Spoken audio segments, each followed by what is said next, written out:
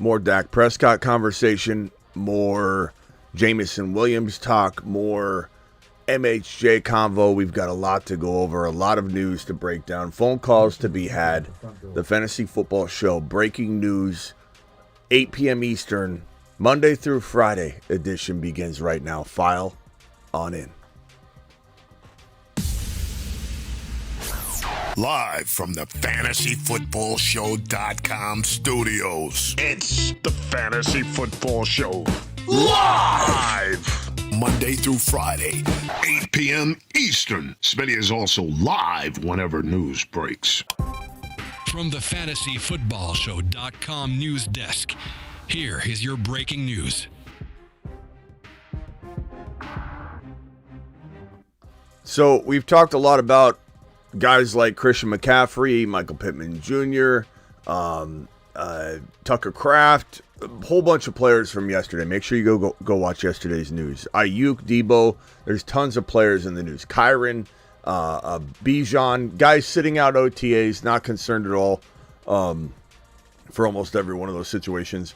And then you've got Dak, Love, contracts, MHJ signing his big fat deal, becoming officially ready to rumble Arizona Cardinal material right now. Marvin Harrison Jr. fully guaranteed deal is worth $35.37 million, including $22 million signing bonus. Marvin Harrison Jr. is about to become a top 5, maybe top 6 wide receiver as a rookie. Maybe top 5 to 7 if we want to pump the brakes. Just be a little bit of a cautious Caleb on it. But I think walking into next year, this time next year, 1 calendar year from today, we're talking about him being many people's number 1 overall wide receiver in redraft 2025 and, of course, Dynasty 2025 and beyond. I mean, he's already arguably my number 1 wide receiver taken in a startup Dynasty draft right now. So Marvin Harrison Jr. going to the freaking moon. And this kid is ahead of the curve at every step, whether it's not signing fanatic deals, whether it's holding no workouts or combine efforts to go full go into the NFL. And he does it in a way that no one's looking at him like he's a diva. They're just like, this guy knows what he's doing. He's way ahead of everybody. He's like he's going to probably play like a sophomore or junior his rookie year instead of a rookie. And that's just the way I think he's going to feel the entirety of his career. You know, every step he's ahead of everybody in terms of maturity, whatever. And Kyler, the Cardinals, Trey Benson eventually, but James Conner right now, Trey McBride, this is an offense right here. Has anybody stopped to take a look at what we're looking at here with the quad stack in fantasy football 2024 in Arizona? The stack above all. I mean, it looks glorious. Time to drop the pancake. Not to mention, it's a part of the Smitty bunch. When you take a look at the Atlanta Falcon team meeting up and marrying the Cardinal squad, these are the Smitty bunch right here. This is a group of fantasy football athletes that are going to bring it every single week for you. You could literally draft these two teams and have a fantastic fantasy football roster. In fact, we're going to try and draft the Smitty bunch in an underdog draft at some point.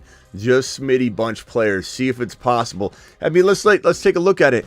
It's like, okay, you could get the quarterbacks covered, no problem. You just have to figure out at what picks do you grab them. Marvin Harrison Jr., Bijan. How is that London? How is that possible? Probably not in a best ball draft, but maybe we could trade for this. Maybe we could do an expert league where I trade or just a regular league. I could join a league, not tell people who I am, and start making draft pick trades.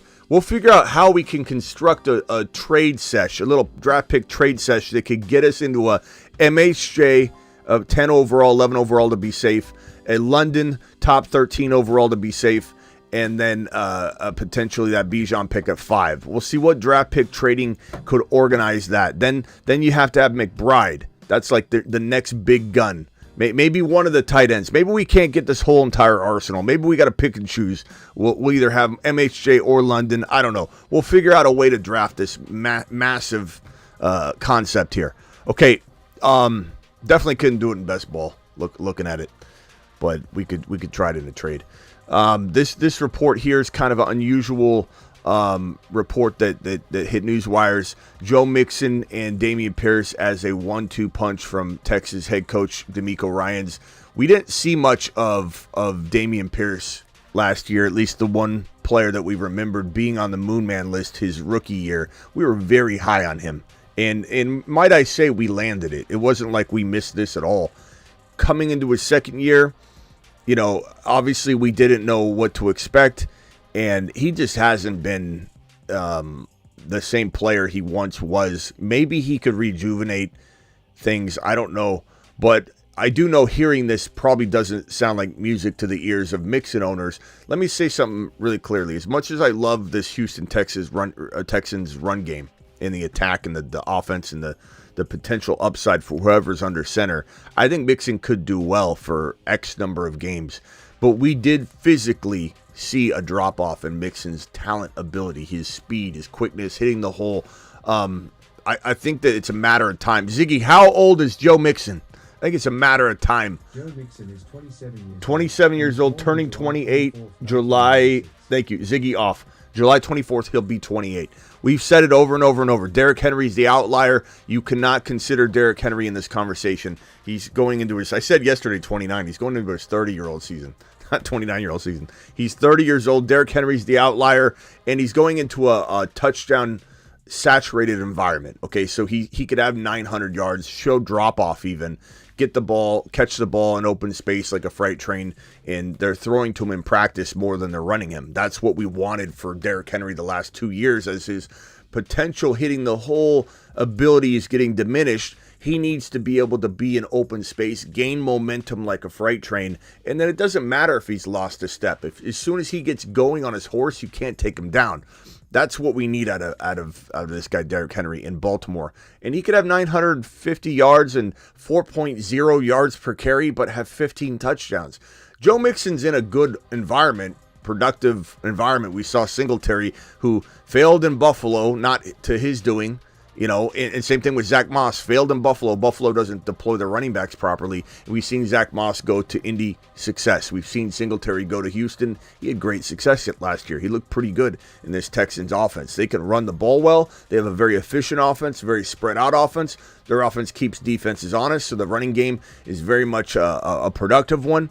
I think Mixon could be good, but at 28 years old, with the mileage that he's had, with the 8-man fronts that he's seen in his career, his short career, where at the front end of his career, he was getting demolished because there was no pass attack. He was constantly hitting 8-man fronts. I don't have data in front of me, but I would venture to say this man's seen more 8-man fronts than most people in the NFL. That's actively in the NFL, because he was getting smashed and clobbered to death for years. And he's been waiting for, an opportunity to play with a great team, and he finally did it in Cincinnati at the later part of his career, the mid to later part, and he did get to relish in a good offense. Mixon was productive in Cincinnati, but now you bring him over to Houston, and you ask him to do things he did during his height in Cincy while he's diminished in skill, which we've actually seen visible with our eyes. So I'm going to say pump the brakes on Mixon, regardless of situation feeling great.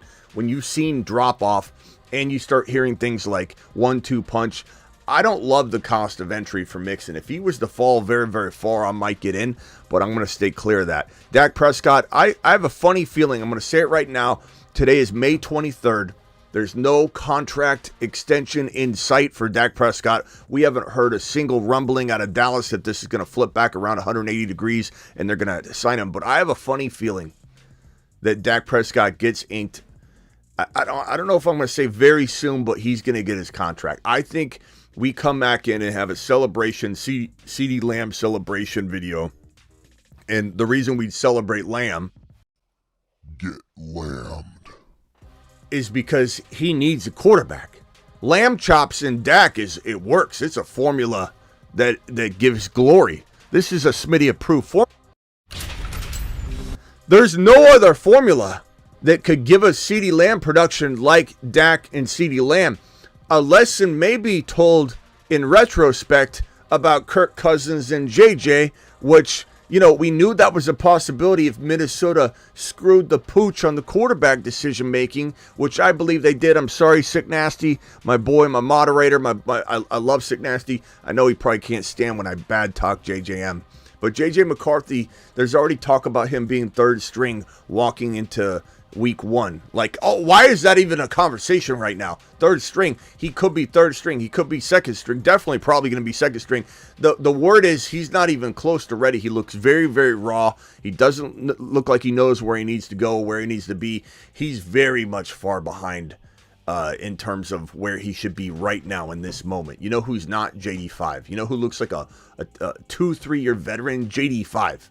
You know, JJM doesn't look like he is able to command an NFL offense yet, let alone this Minnesota one, which has some complexities and some necessity to air it out and throw the ball. And everybody wants to act like because JJM didn't get the chance, he should be able to do it. That's not the way it works in my mind. In my mind, we've seen a guy that was very limited in college. Not his fault, but we can't go ahead and fill in the gaps and say, well, you know, he has a gap in his resume for doing this, this, and this, but because he wasn't given the opportunity, let's just squeeze a little experience in between those gaps, push it all together, and say this is a complete quarterback that can go translate, become a top 5 to 10 quarterback in the National Football League. This is a quarterback that by default, J.J. McCarthy, is going to start off way outside the top 10 for me. He's got to earn that. J.J. McCarthy's not going to have to, he's going to have to earn it. He's not going to get anything close to top 10 quarterback ranking out of me till I see it, because I didn't see it in college. The numbers weren't there. JD5 is inside my top, let's call it 6 quarterbacks of the future right now.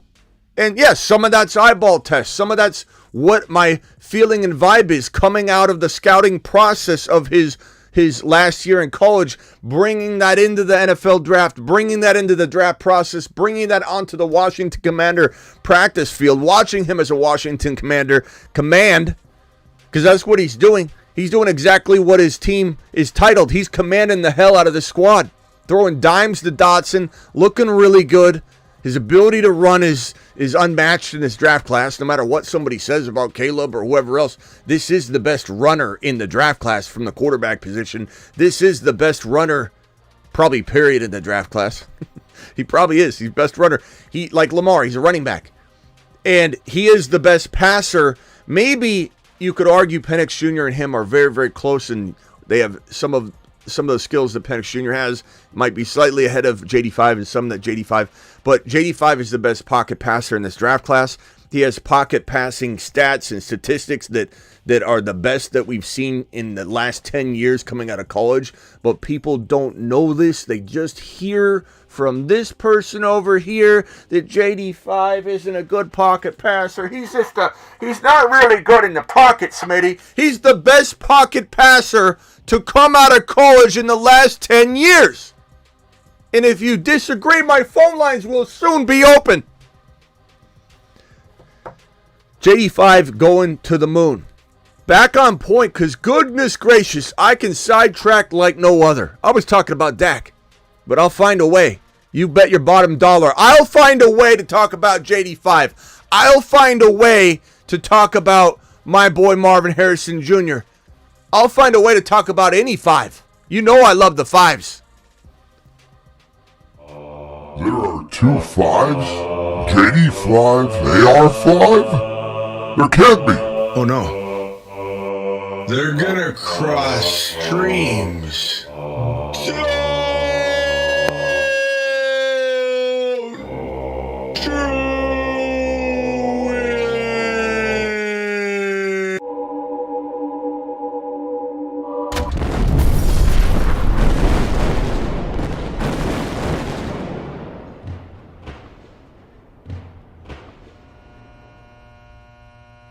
That's the sound of glory. That's the sound of 5s. That's when two 5s cross streams. Good things happen. You may have heard bad things happen. Good things happen. And this guy, JD5, is going to be crossing streams with everybody on Sunday. And it's going to be bad for them, good for him. JD5 to the mother freaking Saturn. To Saturn. As for Dak Prescott, God, I haven't even read the news piece right here. Dak's been talking about his contract. And this right here is one reason why I do believe that this is going to get done from the Dak Prescott side of things. Is he says this stuff a lot, and he doesn't really care about the financials. He cares about probably the respect and what the financials represent. And let's not be fooled. Kirk Cousins said it wasn't about the money, and then there's a $100 million guaranteed deal, et cetera, et cetera, et cetera. Like, and that's no knock on Kirk. It's just, when someone says something, because people wonder, I wonder if he's going to come in and ask for, QB 8 money or QB 9 money. He's still going to get maybe reset the market quarterback money.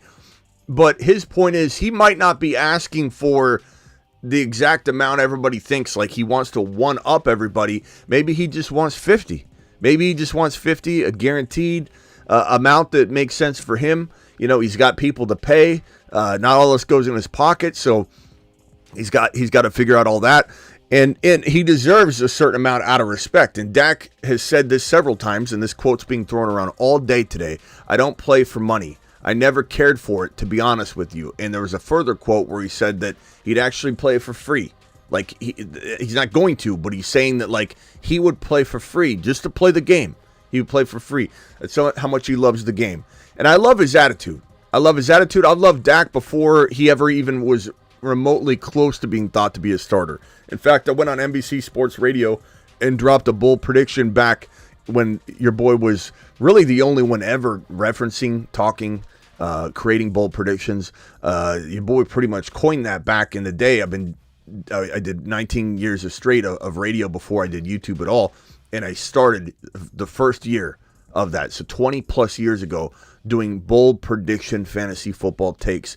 Fantasy football was still the redheaded stepchild of sports. You couldn't even, like, there was like 12, 15 fantasy football content sites. There was no YouTube. It was radio. It was forums and such back then. And I decided to create the first instant-based trade calculator in fantasy football that I could find and could find, because no one had it. And I created a trade calculator. I decided to go and do bold content on NBC, CBS Sports Radio, dropping bold predictions, doing this, doing that. And I forget what year this was, because this was very much, later on in the bold prediction game. But I went out on a limb and went on to a NBC Sports Radio show that I did every single week and said Tony Romo, who had not yet been thought to not be the starter in Dallas, he was very much still going to walk into the season as the starter. Very early in the offseason, I said this guy, Dak Prescott, will be a top 10 quarterback. I'm not saying Dak's the best quarterback prediction I've ever made, but this kid excited me from the jump. And he's got a great attitude, a great mindset, a great love for the game. And he takes a lot of heat that's unfair because he's in the spotlight of the Dallas Cowboy offense. And those are tough shoes to be in, because there's constant ridicule. There's constantly a spotlight on you. What more does Dak have to do to gain respect? What more does Dak have to do? A Super Bowl, right? But what more does he have to do in fantasy to gain respect? He goes out and has a top 4 fantasy football quarterback season last year, and he's outside of everybody's like top, I don't know, he's going like around like 8, 9, 10. Like, he gets no respect whatsoever. I love Dak Prescott. I also love Dak Prescott in Dallas with CeeDee Lamb for the long term. And I think that even though Jerry's given us an indication he's worried about this year and not signing anybody to an extension, he just wants to take it 1 year at a time, words that essentially came from his mouth, basically saying, I'm not giving anybody an extension. We're going after 2024, and then we'll see what happens. Then he does a press conference saying, you think there's, what world do people live in? Do they think there's a world where I'm not up late at night trying to hammer out long-term deals with Dak and Lamb and Parsons? And it's like, Jerry, you just said you weren't. So Jerry's all over the place. And what that tells me is Jerry might be nowhere near signing Dak one day and absolutely ready and picking up the phone and going, get it done the next day. And so, Love is going to have a lot to do with this. This is why we're also having the conversation of Jordan Love kind of at the same time. And these two components they push on each other in terms of what is more likely to happen first, what is more likely, a Love contract or a Dak contract to push the other one away so that it doesn't happen this year, which one might set the market and tone for the other, because these might be very similar contracts. These are very similar quarterbacks in terms of their value to their team, and comparatively to a Mahomes or comparatively to a quarterback that might get the number 1 overall money, because neither Love or Dak probably are, even though both could reset the market, the other quarterbacks to follow will soon climb and quickly over their contract number because they deserve to be around 5-6, right? Overall, that's the nature of contracts for quarterbacks. One resets the market, even if he's above Mahomes and everybody, and then everybody kind of climbs over that player really quickly. So Brock Purdy might even potentially reset the market if he had a great year in 2024, and then he gets quickly climbed over and becomes quarterback 6 or 5 very, very quickly. Dak Prescott, I imagine he's going to get, right around Jordan Love money, and I think Jordan Love's going to get right around Dak money. So I do believe either one signs first. It probably won't hurt the other. It might help push the other team in the direction of saying, look, we've seen big contracts get signed. Goff's contract was monstrous. If this is like reasonably right there, then I think Jerry picks up the phone and says, look, this will only get more expensive. I do love Dak. I don't know what the future holds. We have to make sure we keep this team together. I think we can win now. I just saw Dak have a good practice. That's how Jerry's mind works. And I really believe a deal ends up probably getting done. I can't guarantee it. I'm not 90% sure. I feel like it's about 70%, 70-30. That Dak ends up getting an extension, which also opens the door to free up 2024 money to get CeeDee Lamb or Parsons or both inked to extensions as well. So Dak Prescott's kind of the gateway to getting a Lamb deal done, most likely. Although, money can be moved in weird ways. There have been teams that have been way over the cap that have signed massive contracts. It's all a numbers game. It's all an accounting thing. And everybody that thinks they can talk about it really can't, because you need to have like a master's in gigawatts and flux capacitors to really truly understand where a team is financially, because there's so many ins and outs of contracts that people don't really know. We are beholden to some of the news that comes out about, can this get done financially, because we don't have access to the books, and we're not CPAs, all of us, like Michael K. CPA. Not all of us are DWs out there doing God's work. But we do have a lot of information that at least allows us to understand that the Dallas Cowboys are in a little bit of a pickle to try and get all three of the Parsons, Lamb, and Dak deals done. But Dak Prescott, 1,000% is worth it for this Dallas Cowboy team. It's just a matter of, do they surround him with talent? My problem with Dak, though, is if Dak does not end up getting his contract, he's walking into a tougher situation this year than he is next year. The next year, like than he would be. Let me rephrase this. Dak Prescott has a tougher, I think, docket of games, and he's going to have such a rough go at this season comparatively to last season from the regular season perspective, because he has no running game. Not that he had the best running game last year, but he has literally a run game that feels archaic, that won't help him, that won't assist him, that's going to hold the offense back. It's going to make defenses kind of make Dak in the passing game suffer more than they would have last year. Even if Pollard didn't deliver what we thought he was going to do, defenses expected him to. He's a quick running back. He's supposed to be able to do this. He's supposed to be able to do that. Now, he failed dramatically, but defenses were prepared for a dual threat offense. I think defenses are going to game plan against shutting down Dak, and the run game scares nobody. Zeke Elliott averages probably 3.8 yards per carry on the ground this year. Maybe he's good in the PPR game. Not saying Zeke's completely done. He'll be somewhat fantasy relevant, but will he average 4.5 yards a rip? No, he won't.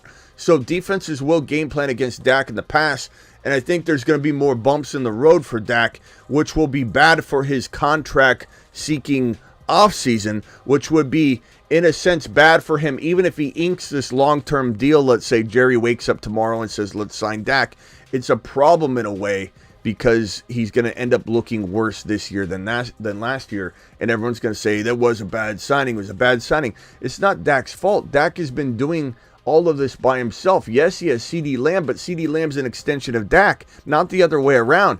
If Dak has a bad game, the entire offense does badly. He doesn't have a Derrick Henry. He doesn't have a Saquon Barkley. The Eagles and the Ravens did exactly what they should have done, what the Dallas Cowboys should have done. Bring in that big name free agent RB, Jacobs, Henry, Barkley, and give Dak Prescott that support. The defenses can't even contain any one person at one time. It's a let's step back and try and do our best to hold this offense in check. Now it's let's focus on locking down Dak.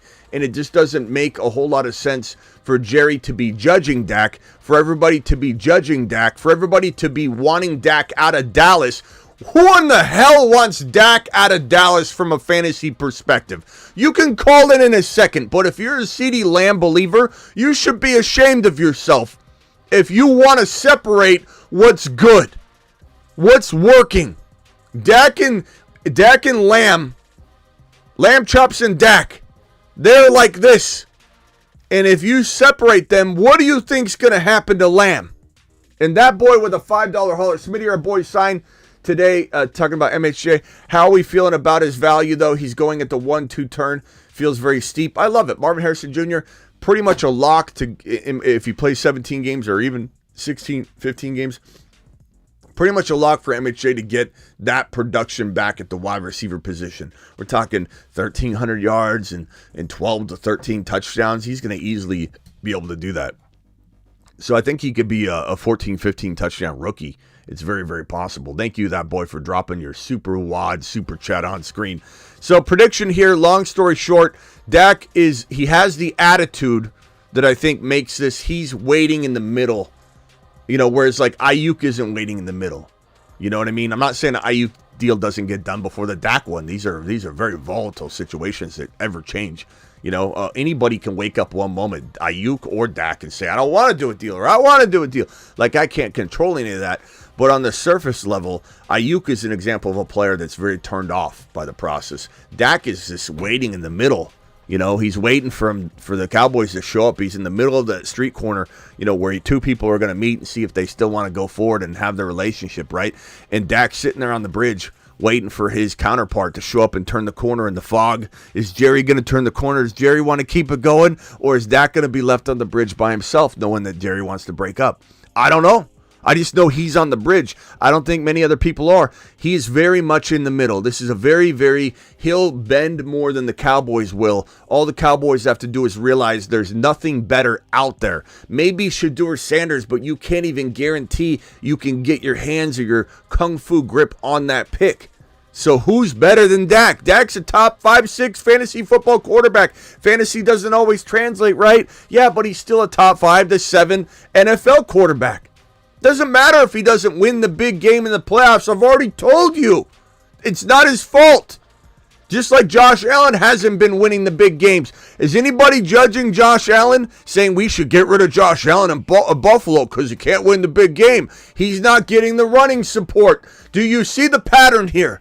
Baltimore, did anybody blame Lamar for not winning the big game yet? Why is Dak being blamed for not winning the big game when Baltimore lost to KC, couldn't get it done because they didn't have run support? Is anybody blaming Jalen Hurts? Actually, a lot of people are. But is anybody that knows anything about football blaming Jalen Hurts for the failures of the Eagles? No, they didn't have a run game. They tried to. They definitely mustered up one with Swift, but it was not what they needed all year long. Swift tailed off at the very end when they needed him most because he wasn't built to be a between-the-tackle runner. Philly goes and gets done what I said they needed to get done. Go get an RB. Baltimore gets done what they were supposed to get done, the doctor ordered. Go get an RB. Dallas should have picked up the phone. They didn't even call.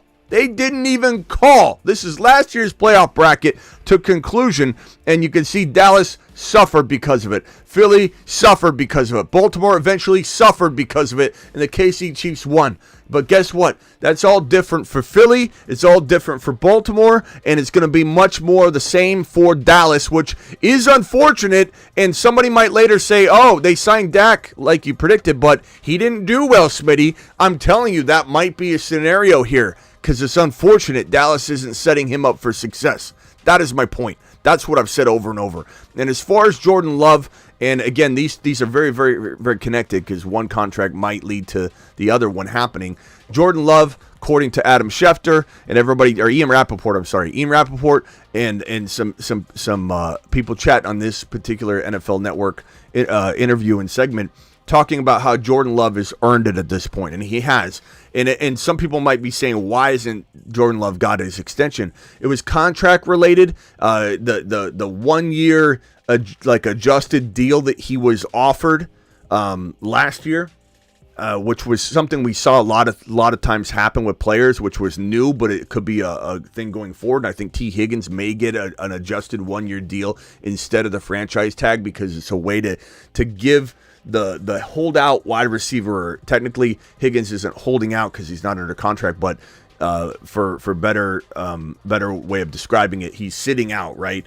And to let T. Higgins feel like he's winning, and to really make him win, you give him slightly more than the franchise tag. He's holding out in his mind, right? I want more money. I'm not signing this deal, so I don't have to show up. I'm not going to get fined. You're going to miss me. And then they come in and say, okay, the franchise tag amount for receivers is roughly $22 million. We'll give you 24, or we'll give you this 1 year adjusted deal. I think that probably happens with T. With Jordan Love, it kind of happened as well. And they wanted to make sure that they're covered, right? They're going to have them, playing on this contract year right here, but they can either play it out, or they can say, you've earned it, young man. Let's get you that long-term deal now, because it's only going to get more expensive.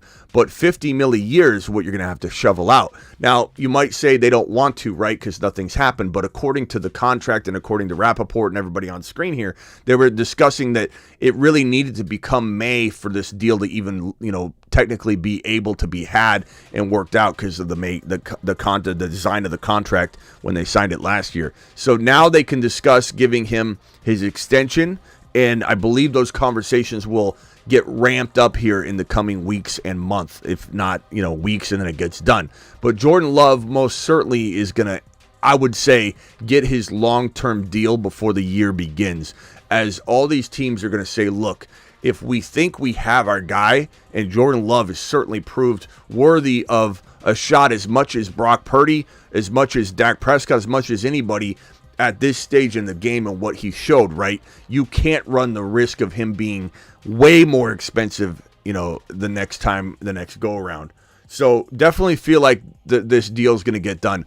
Now, do I think the Dak deal could get done before Love? I don't know. But I think if Love's gets done, Dak's ends up following a little quicker than if Dak's gets done. Love's is going to get done no matter what. I think Dak is very, very much going to springboard off of a Jordan Love deal, but we'll see. You just don't know. This report right here, what was this? This is also Rappaport, I think, talking. No, this is not. This is NFL Network talking. Oh, Josh Allen talking about Keon Coleman and the connection. Look, there's a lot of hype, and then there's some, hey, let's temper expectations for some of these rookies, right? Like we're seeing huge, crazy reports about Caleb Williams looking fantastic yesterday, and then today there's some mixed reviews saying Caleb Williams really had a rough day, a lot of incomplete passes and near INTs. And then Ian Rappaport reported here that it may not be all smooth sailing, and it won't be for JD5 as well, to be completely fair and honest. It's not going to be smooth sailing for anybody. So we do need to expect there to be some ups and downs. And even when Josh Allen was interviewed here about Keon Coleman, it wasn't like he came out and said, this guy's going to be the number one wide receiver in the National Football League or anything. He almost dialed it back a little bit just to make sure that he doesn't, he wants Keon Coleman to earn it. So there was a little bit of like a damper on some of the rookies with some of the news today, but I think it's for good reason. Like, we need to expect that there's going to be bumps in the road. So Caleb having a bad day, according to all the reports. It wasn't just one report. It's not just according to me and my eyeball test. These are multiple reports happening that he had a rough day. Keon Coleman has not had a rough day, but it's just expectations are curbed. The thing I feel about Keon Coleman is there's something special about this kid. And even when he was drafted, I said I need a minute. I need to digest his personality a little bit. I need to make sure he's not like distracted, because he feels like a guy that go in the huddle at first and go, squirrel, while he's in the middle of the damn huddle. But no, he's very focused. He's just very animated, very likable person. Buffalo, the fan base, they all love him already. And he's such a likable, hardworking kid. And while he's a little goofy and funny, it's a great personality and everybody loves it, and it's a great story. And you get that sense that he's not going anywhere. Like, he's only going to become a bigger part of, media coverage. And that kind of tells you that you do have that innate instinct that he's going to be around. He's going to be, showing off his skills. I really, really, really feel that Keon Coleman is going to have a monster rookie year. There's no one in this wide receiver room that scares me into thinking he can't be, as a rookie, the number one receiver. I think Kincaid could even dominate, targets or whatever. We don't know. But Keon Coleman could be, in my mind, easily the number one wide receiver over Shakir. I'm not scared of any of those guys, even though they're good. I'm not saying Buffalo doesn't have some underrated wide receiver talent at the end of the day. But we're talking about a guy that I think could be force-fed and kind of turn into, in a way, the Christian Watson rookie year. I hate to use Christian Watson because we have such a bad taste in our mouth from last year, but Christian Watson's rookie year was unbelievable. Who, by the way, Christian Watson says he has all of his hamstring stuff under control, and his ADP is practically free, so we do need to circle back and maybe mid-season monster Christian Watson and just not double down because we're double down Donnies, but double down so we don't miss out on the true great evaluation and expectation we had that got stunted, the growth of it because of injury. And I don't want to just write him off because he didn't do what we thought he was going to do. Same thing with Dotson. Dotson and Watson, they were failures last year for me because I pumped Watson and Dotson up like crazy all off season long, and I take a lap on both of them. However, I don't think I was wrong on the talent. And I think we're just early to the party. I think we just got there about an hour early. No one showed up. And then we thought the party wasn't happening. But I think it will happen for Dotson and it will for Christian Watson. So I think at their current cost of entries, which are very, very much lowered based on the expectation level that got absolutely annihilated in a bad way. Everything we thought they were going to do, neither one of them did. And so the crushed expectation, the crushed result from the high expectation should have Dotson and Christian Watson free all year long. So I'm all on board. And I think that people that stay away from Dotson and Watson, they probably just are so hurt that they just don't want anything to do with them. And that I'm not saying you're wrong, but you might regret it based on what I think they can deliver. So as far as Keon Coleman, I think he could be a top 15 wide receiver in the National Football League 1 calendar year from today or a year and a half from today. I don't think he's going to be top 15 necessarily as a rookie, although I wouldn't rule out that at some point he starts playing at that level per game. Like, let's say week 9. Like Christian Watson's rookie year was unbelievable at a certain point, right?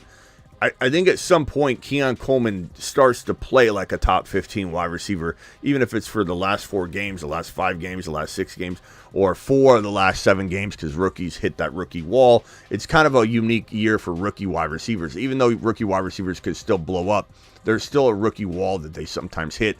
And what feels like a magical year for a rookie, 8 to 10 touchdowns, still is like sometimes a 900-yard season. And you're like, wow, I thought Christian Watson had 1,200, 1,400 yards by the looks of that year, right? But it ends up being a 900-yard season. I'm not saying he can't have I do think Keon Coleman could have 1,050, like 1,050 and like 10 TDs. Like, it's possible. It's certainly, the volume's there. The vacated targets are there. The attitude and drive and the hunger's there. And the quarterback force-feeding him along and maturing Keon Coleman into a top 15 wide receiver quicker than anybody expected is there. And that's why Keon Coleman is a freaking mother-freaking moon man. The moon men dropping loads in outer space. Keon Coleman's a moon man for a reason, ladies and gentlemen, for a reason. I believe we took him off the midseason monster list because we didn't necessarily need to replicate it, but he's a moon man. The moon men dropping loads in outer space. So Keon Coleman, get your shares. I love in Best Ball Underdog Fantasy promo code Smitty, where you can get your $250 50% of the $250 match. So up to $250 bonus match. So essentially right now, and I don't know how long this will last, so you got to take advantage of this now. If you deposit 100, they'll give you 50. All the way up to $250. So if you do 500, they'll give you $250. They'll match your deposit up to 50%, all the way up to $250. So if you do the minimum, which the minimum is only $10, they'll give you $5. So they'll also give you a special pick. So claim your special pick plus your up to $250 first time deposit offer using code Smitty, or the link I just dropped, or the the link's in the description of the video. Here's the link one more time. And we'll probably draft tonight. We'll definitely draft tonight. So I'll see you all tonight for that. But Keon Coleman and Josh Allen are a fantastic stack in Underdog Fantasy, promo code Smitty. This news right here, great news. We've loved Jameson Williams all offseason long. It's a very, very crafty wide receiver 3-4, and he's definitely going there. His ADP puts him easily as your wide receiver 3-4. You could get him as your wide receiver 4 with ease on Underdog Fantasy, promo code Smitty. Where we're drafting tonight. So make sure you hit that link that's in the live chat. I've dropped it twice already. I'll drop it one more time. It's in the description of the video for anybody watching the replay. And Code Smitty gets it done as well. Let's draft Jameson tonight. Let's see where his ADP is. Lions coach Dan Campbell said Jameson Williams is a man on a mission and has been the most improved player since the start of spring practices. Let me just say one thing. As much as we love Amon-Ra, not saying Amon-Ra is getting passed up by this guy. But if Amon-Ra was not in Detroit, and unfortunately he is for Jameson. But if Amon-Ra was not in Detroit, there would be a strong shot that this kid could have like Marsman capability. Now, you've got Laporta, you've got Gibbs, you've got St. Brown. There is kind of a limiting factor here at play, a limiter, a governor, if you will, on the volume and targets that he could possibly get. This feels to me like a guy that's going to have big explosion games, and then he might not get consistency to the degree we truly want it, and he deserves it. But he'll still be very good for a wide receiver 4. Like, I don't want to say win a league capable, but like dominate your approach, your late wide receiver draft strategy good type of value, because he could have 1,000 yards and 8 touchdowns very easily. This guy coming out of college tore his ACL, right? Came into the pros with a torn ACL, and that was unfortunate. Had he not tore his ACL, this might have been, dare I say, like a Dunze-like in value. Dunze, or maybe not neighbors quite, but that's how good this guy was before he tore his ACL. There's a video out there, a college video. I have it on my Instagram somewhere. I'll try and find it and put it back on my IG and refresh the topic. But where Jameson Williams, before he tore his ACL, is running a route and does like a stutter stop, right? And the defender stops with them, and they're both stopped at the same time. They both stop like on a dime. The defender does a great job backpedaling. He stops. Jameson stops. And then Jameson accelerates again. And the video clip is so unbelievably crazy, where Jameson Williams, he's running, he does a stutter stop right here, and the defender who's right here, he stutter stops too.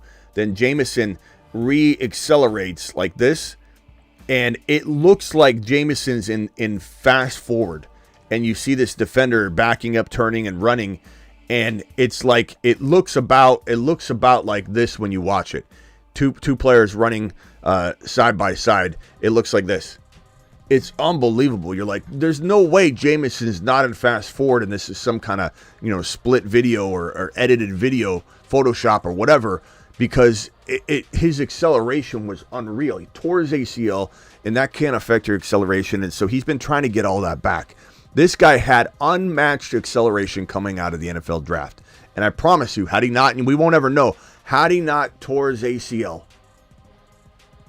we would be looking at him very differently. It's just he's been behind the 8 ball the entire way. Coming back, St. Brown in the way, didn't have quite the return to football late in the year of his rookie year. Everybody expected him to be amazing, right? He came back and had 1 touchdown catch and then didn't, I think, catch another pass the rest of his rookie year. And so he had a disappointing rookie year. And then he had like a mediocre after that. Like he needed time. And so I really, really, really love what we're looking at here. This is a potential top 15 to 20 wide receiver maybe. And Goff is capable of feeding him, I would say, we'll call it top 20 to be safe, top 20 numbers. So that's all the news today. We got MHJ signing his deal, Jameson Williams to the moon. Dak Prescott, I do predict, ends up getting a contract. And his vibe and attitude about, I don't care about money and never have. I just want to play football. That is, to me, showing you that he's so middle of the road waiting for the Dallas Cowboys. It's just going to take a little bit of a hesitation from Jerry to hold his ground on this whole, we don't know if we want Dak. And Dak's hungry right now. He's out there working hard. There's footage of this, pictures of this guy's ripped, shredded, ready to go. Dak is hungry, and I think Dak gets no respect, and I'm here to stand up for him. I'm here to stand up for Dak and say that anybody hating on Dak is probably anti-Cowboys. Anti-whatever. For whatever reason, they're just hating on Dak. Dak keeps delivering.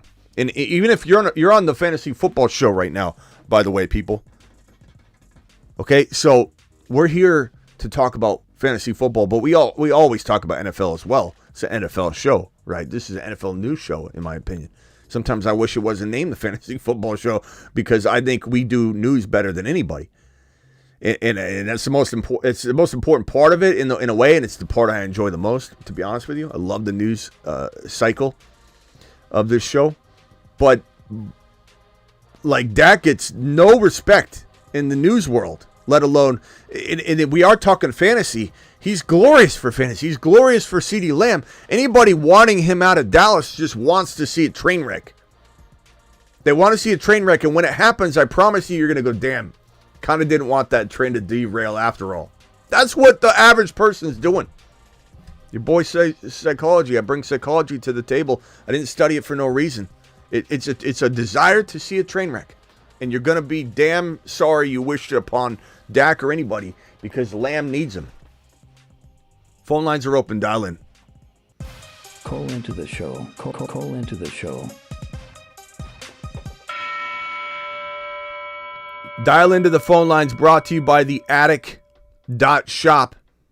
Protect Dak Prescott at all costs. We need to. No one else is representing him properly. Well, you know what? I will. I'm not saying he's a top 4 quarterback to me this year or anything like that, but this guy needs some damn respect. Because, he's doing good things every year. Lamb is good enough that he doesn't need Dak. Dak needs Lamb. That's wrong, Hector. I'm sorry. Hate to tell you, but that's to suggest that Lamb's so good he doesn't need Dak. He's going to survive. You've just seen JJ, Justin Jefferson. Stop calling JJ McCarthy JJ. His name's McCarthy. I'm not calling him JJ. You just saw JJ drop from 1 or 2 overall to 6 overall. That's JJ. What do you think Lamb's going to do, Lamb chops, when he doesn't have Dak Prescott? And he's got a Sam Darnold, Hector. You're wishing for something you don't want to wish for. I'm telling you. First time chatter, just wondering, do you do Dynasty team reviews? Not your whole entire roster, bro. We got to keep things moving. But you want to call into the phone line, Wall, and give me your top 6-7 guys. I'll tell you how I feel about them. Sure. Look, this is a one-stop shop operation, Wall, and we're glad you're here. Let's send Wall to the moon. To the moon. First time chatter in the building. Appreciate you. Only one JJ. Third string JJ. That's. Alan says, too much money for me, Smitty. What, for Dak? What are you going to do then, Alan? Who's throwing the ball to Lamb? I don't understand this. Somebody call in and tell me what your plan is to get rid of Dak Prescott. You going to put a quarterback into the lineup to fail because there's no run game? Dak can win a Super Bowl. I know this is going to be hard for a lot of people to hear. Dak can win a Super Bowl. He just needs the proper tools to do it. And he hasn't had the run game to do it. Dak is no less equipped to win a Super Bowl than Josh Allen or Lamar Jackson, who also aren't winning Super Bowls right now. Jalen Hurts not winning Super Bowls right now. I believe in all those guys, by the way. I'm not saying I don't believe in Jalen Hurts. I'm not saying I don't believe in Jordan Love. I'm not saying I don't believe in Lamar Jackson to win a Super Bowl. But let's stop pretending that when all these other quarterbacks don't get to the big game that they're not garbage, because I'm not saying they are, obviously. But everybody else's logic would deem that these guys are all trash too.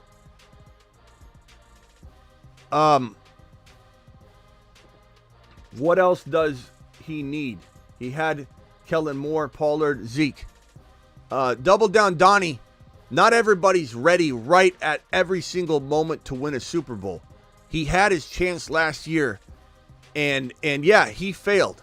But you know why they failed? They didn't have a run game. Have they solved that? No, they didn't. Why did the Ravens fail? They didn't have a run game. Did they solve that? Yes. Why did the Eagles fail?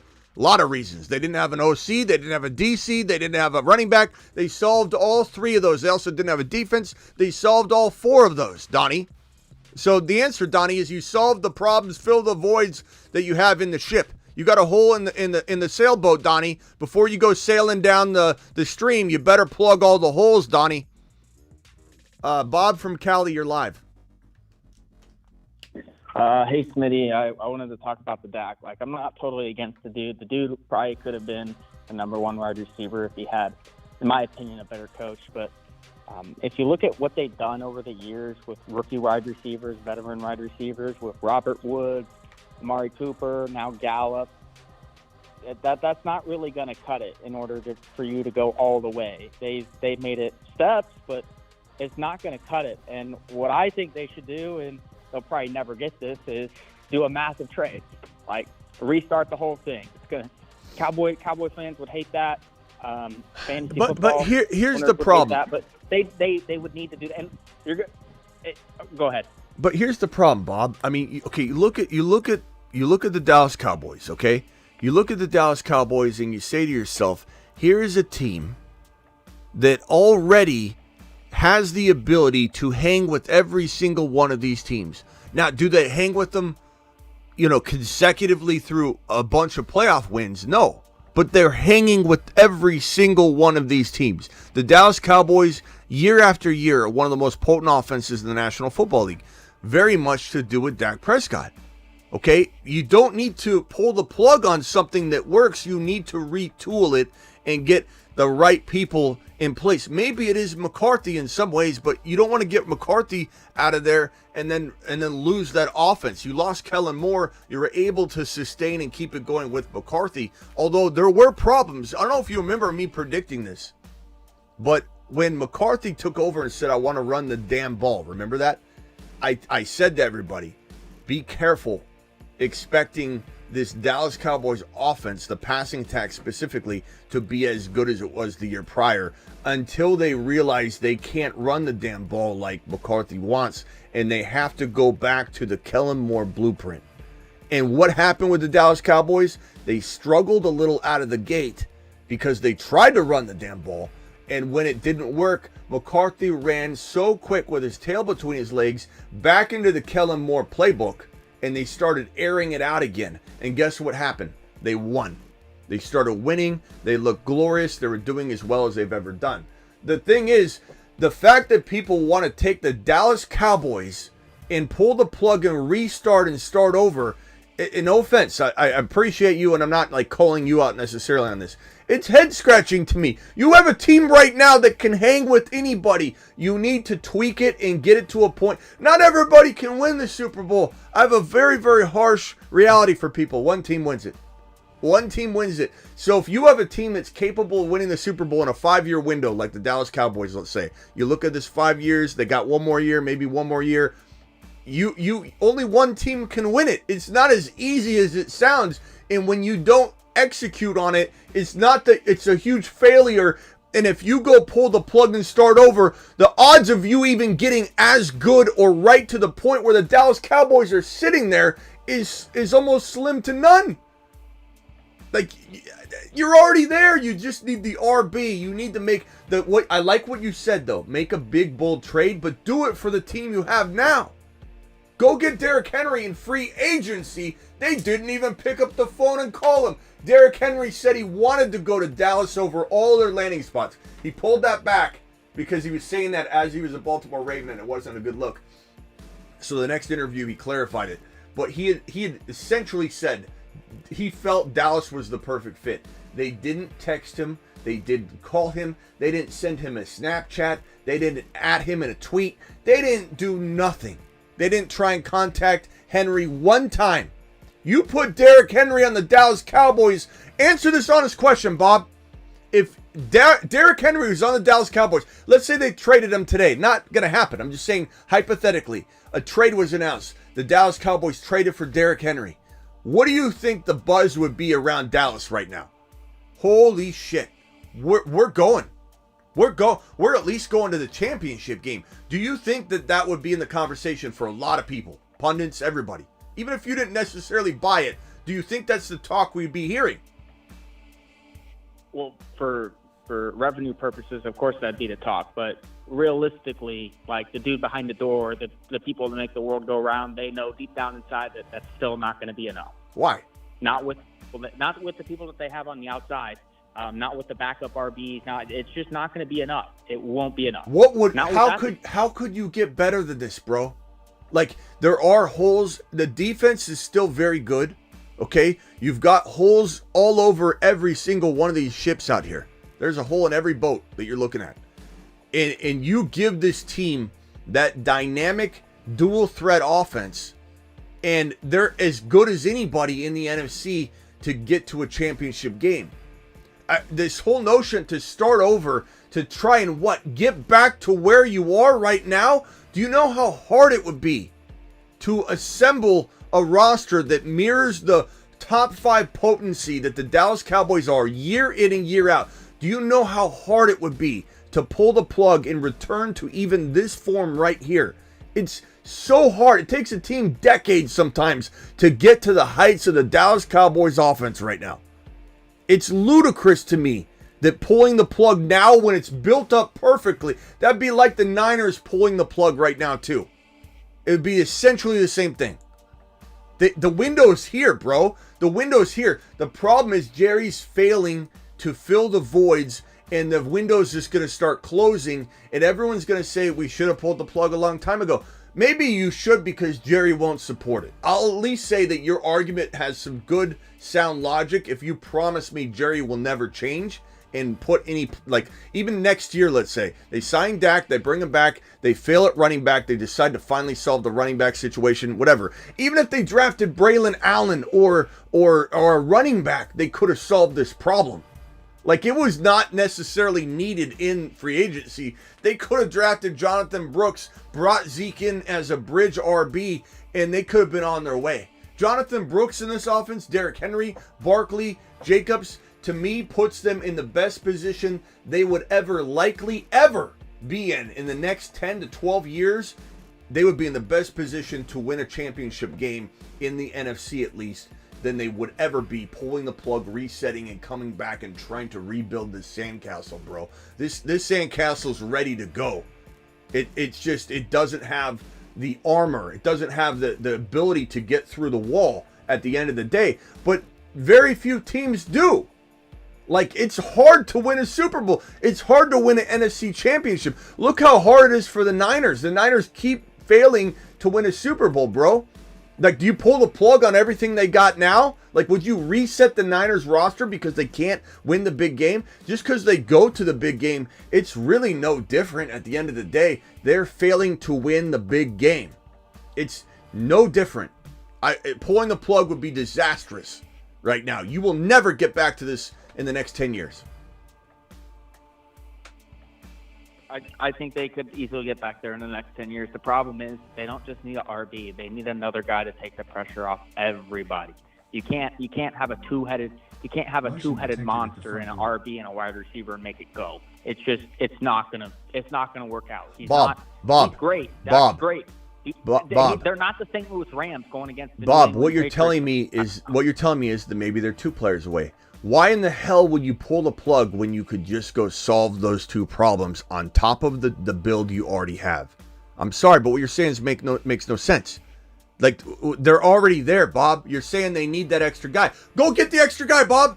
Why would you pull the plug? Go get the extra guy. Draft Jonathan Brooks and trade for the extra guy. Sign the extra guy. Rework Dak's deal. You rework Dak's deal. You had all the money in the world to go make this move that you're talking about. Like, what do you mean they need the extra guy? Go get the extra guy then. There's nothing holding them back from getting 2 extra guys, 3 extra guys. Go get the difference makers. You're right. They need something. You and I are arguing essentially the same thing, and then we go in different directions at the end.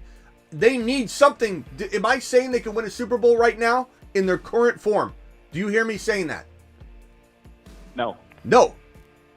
Jerry shit the bed hardcore this offseason. They had a decent draft, which ended up being a horrible draft, in my mind, grade D, because they didn't go get Jonathan Brooks or an RB. Their offseason, D. Maybe F. Because they don't have, and as I said in my Dak Prescott segment, if they sign Dak to a long-term deal, don't be surprised if it looks like a mistake, because Dak's not set up to succeed. But what you're saying, to pull the plug when you could just go add these additions that you're talking about to an already top 5 offense in the National Football League, Bob? Why not do what you're saying on this roster? You're never going to get this roster again. You're only going to struggle to get it back to this point when you're literally chess moves, a couple chess moves away from having an NFC championship team. And people are going to crap on Dallas because they love to crap on Dallas. But the truth is, Dak is a baller. Okay? And does he fail in the playoffs? Yes, because he's not supported. And they become one-dimensional to the toughest defenses that get narrowed down to the big game. And then they've got to face a tough defense and opponent that has versatility. And all the teams that lost, they lost because they didn't have versatility at the end. Lamar Jackson, why are we not pulling the plug on Baltimore? No, they did exactly what I said that the Dallas Cowboys should be doing right now. Bob, go fix the problem. Go fill the hole and void with Derrick Henry, a couple other pieces. What are we doing? Why would we pull the plug? It's the worst. It's the worst. Denny, what's up? Hold on, Bob. Smitty, can I talk? I appreciate your take. I appreciate your take, Bob, and you're entitled to your opinion. I'm not trying to trash the opinion. I'm just saying what you and I are saying are the same thing. You're just wanting to pull the plug. I'm wanting to do exactly what you're saying with this roster because it will never get better. Not in the next 10, 12 years. Denny, go ahead. All right, Smitty, I need to talk about something. All right. Let's talk about Dynasty, which is the worst thing you can ever do, right? You get with your friends, you're doing Dynasty, right? And then teams start sucking. But they don't have All right, Denny, I gotta keep it. I gotta keep it moving, bro. I gotta keep it moving, bro. No, all right, Smitty. There's no free agency. It sucks. Okay. Hey, Denny, are you coming to Vegas the 28th and 29th? June 28th, June 29th. Are you coming to Vegas? Smitty, hold on. I got something to say. All right, hurry up. Please listen to me. Dynasty leagues suck. Okay. I can't stand them, and I'm going to tell you why. Because when your team goes soft, got it. These guys lost in the top, bro. People quit, Denny. People quit is what you're trying to say. Yeah. There you go. I'm a guy that doesn't. And okay. Hey, Denny. The difference is, Denny, you're slowing the show. You're slowing the show down, pal. Hold on a second. Just hang tight. Yeah. You gotta let them go. There's no free agency. Like, you know what I mean? Like, if your team starts sucking, Denny, okay. Denny, hang tight. Let me go over to James. Think of your question, Denny. I'll come back to you. Denny, make sure you're coming to Vegas. June 28, June 29. I'll be at Circa Vegas. I'll be there. Okay. I'll be there. You wrote it down on the fridge, right? Okay. All right, James Arthur from Texas, you're live. Denny, please stay quiet. James Arthur from Texas, you're live. Hey, Smitty, I'm a Cowboys fan, and I think with the Cowboys need to do is they need to like sit down with Dak and tell him like we can't pay him like a top 3 contract, but they need a plan with Dak, like what to pursue after for running back. They just leaving Dak in the dark, like not signing Henry. It just gives Dak not wanting to, like, why would you want to be in Dallas competing for a team if they're not going to sign like a running back? If I was Dak, like, I would just want to get as much money as I could, and because I can't see myself getting the Super Bowl if they're not going to help me. They need to get with Dak. They need to plan together.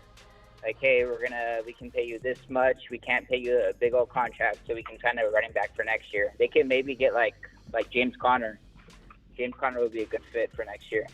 Yeah. So you're correct in that he wants to make sure this team's going to surround him with talent. Like he does have the opportunity to walk away into free agency next year, because guess what? Dak Prescott has a no franchise tag clause and a no trade clause. So he controls everything by this season.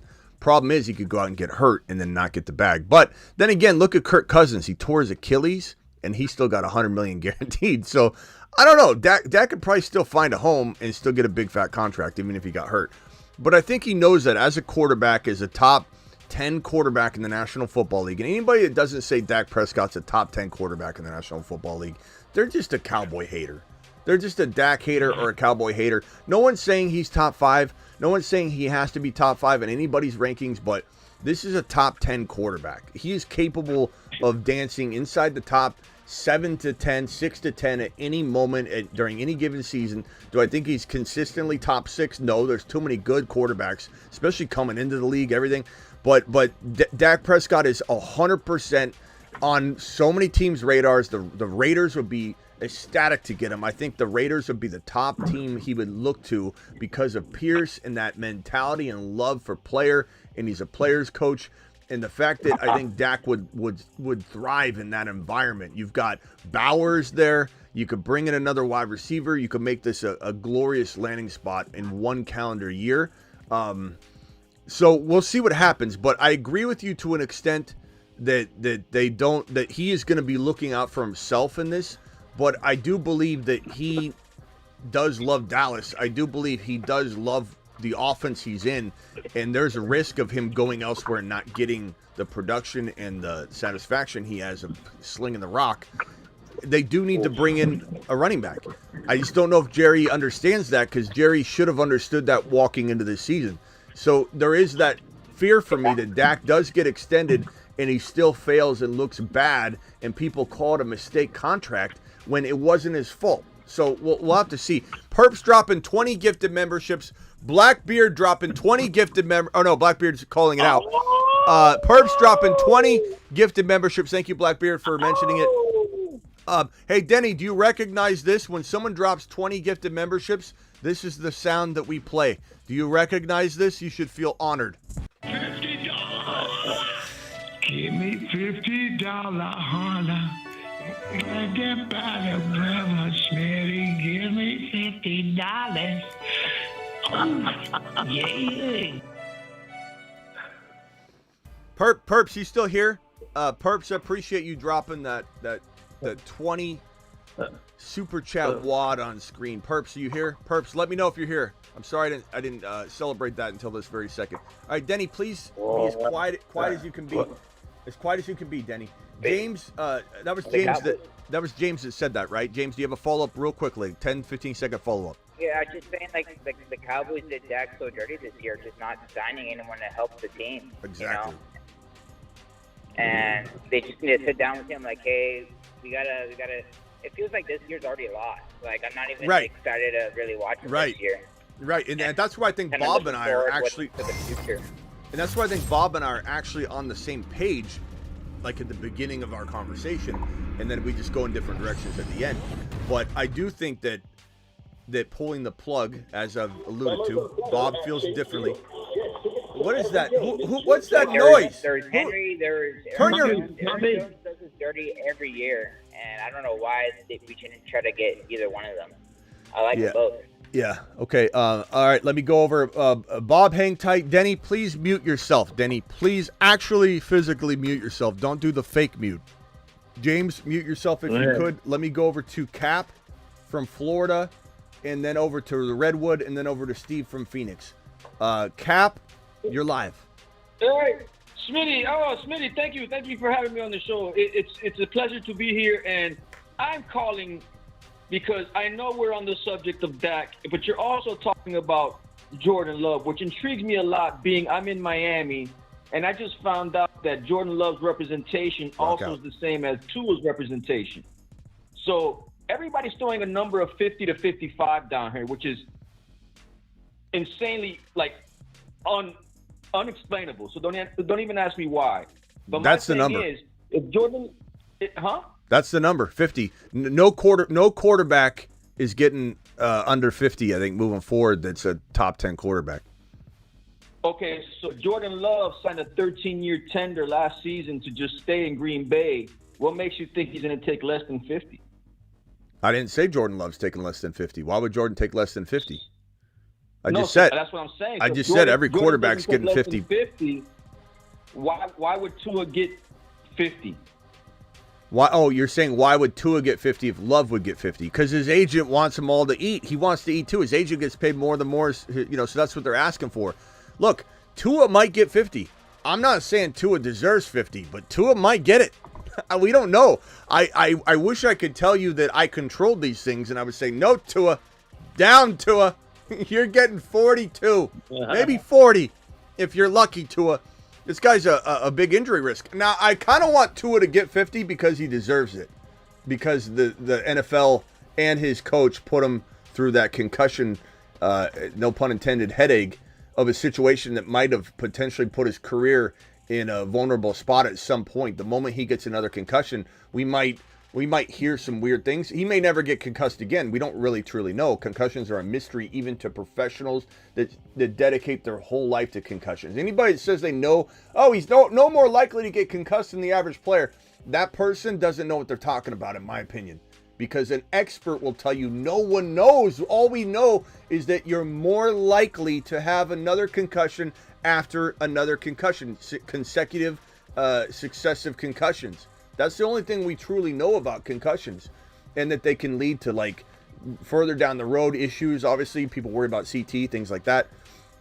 But Tua has been destroyed by the NFL and his coach if he does end up suffering from this later on, in my opinion, because they let him play while he was concussed. And everybody that watched that game, you know who you are. Because if you actually watched the game and Tua went down and locked up his arms and he was literally locked up, you either thought he was having a seizure or you thought he was concussed. You knew about concussions or you didn't. If you didn't, you might not have known. You'd be like, is he having a seizure? What's going on? But his arms locked up, his fingers locked up on the ground, and he was frozen.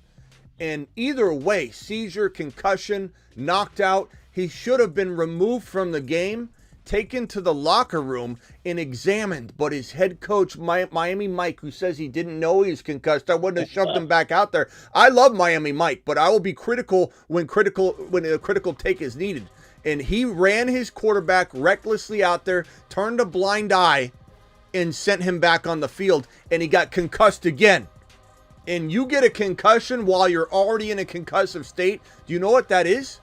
That's you've had brain damage, and then you get brain damage on top of brain damage. We don't know what that's going to do to him long term. They should pay him $50 million a year coming out of the NFL's pocket. So anyway, as far as talent is concerned, Tua getting $50 million, I'm with you. I don't know that this should be the case. But, I just find it very fascinating how it works, since both guys are represented by athletes first, and you really don't want to set the market with the guy you just explained the details about. Yeah.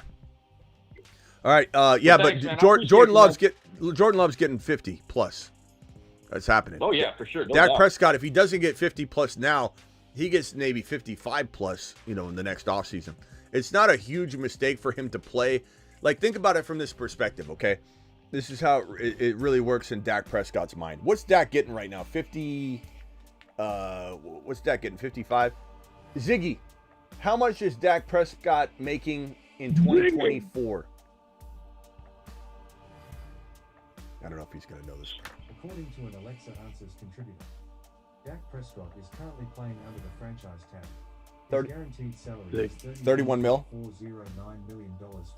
That doesn't. I feel like there's something else. No, hold on.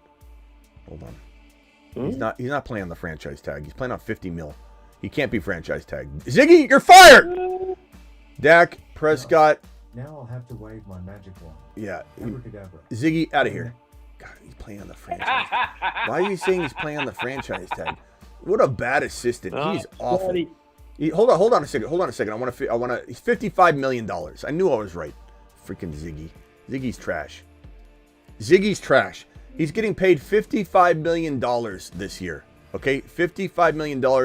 He's an unrestricted free agent. Hold on, let me screenshot this and put it on screen. $55 million. Okay, so let me explain something about Dak's contract right now. If Dak Prescott ends up getting his $50 million a year deal, think about it. Right now, he's going to get 50. What was it? 50? I got it right here. 50. Ziggy says he's playing on the franchise tag. What an idiot. Okay, here's I'm hang gliding. I'm dead. What an idiot. 55 million a year. Okay, so 55 million a year. Okay, that's 55. If he signed a new deal, let's say a 4 or 5 year deal that paid $55 million a year, who cares? Play on the 55. You rework your new deal, it's going to pay you the same amount. Like, that's going to pay him the same amount of money per year. Play on the 55. Then the next year, reset it. Come in at 4 or 5 years at 55, 60 mil a year. It's no, sweat off Dak. He's playing at 55 mil. The franchise tag for quarterbacks is 31 million. The average salary for the QB is $31 million to play on the tag, according to Ziggy just told you, right? I think that's right. No, is that right? What's the franchise tag for the QB? Hilarious. QB NFL. It's 34 million. No, it's 38. 38, I'm sorry. 38 million. $38 million. Dak's making 55. He's making 55 million. He's maybe going to make less per year on his contract. This year for him is fantastic. He has a no franchise tag clause, a no trade clause. He gets to go make 55 million this year, and then he goes to get 55 or 50 plus, maybe lesser than that per year on his next contract. Dak is in the driver's seat. Wow. Yeah. Isn't that mind blowing when you break that down like that? It's crazy. Like, he's not worried. He doesn't need the contract right now. Jerry should be begging him to come back. Well, no, he's in. Here's the question I have. Hey, hold on. Chris says, Denny, even on mute, we can hear you laugh. Your laugh is so strong and contagious. Even when you're told to be on mute, and you should be on mute, they can still hear you, Denny. That's how strong your voice is. Denny, what's your question? Sorry. Then I got to go over to Red. Okay. Then Steve. So, if you look at, all right, I'll do this fantasy with you, right? Fantasy football, right? And okay, then Denny. Who comes in first? Denny, right? Who comes in first? I'll even go. I'm doing Dynasty, but. Denny, hurry it up, bro. Hurry it up, Denny. Come on. Smitty. It's like taking a dump, Denny. It's taking a long time. All right. No, Smitty. Okay, you get the first pick. Who comes up? Who's your first pick right now? Chris McCaffrey. Okay, I know. Denny, not in Dynasty. No, Christian McCaffrey's not even close to the first pick.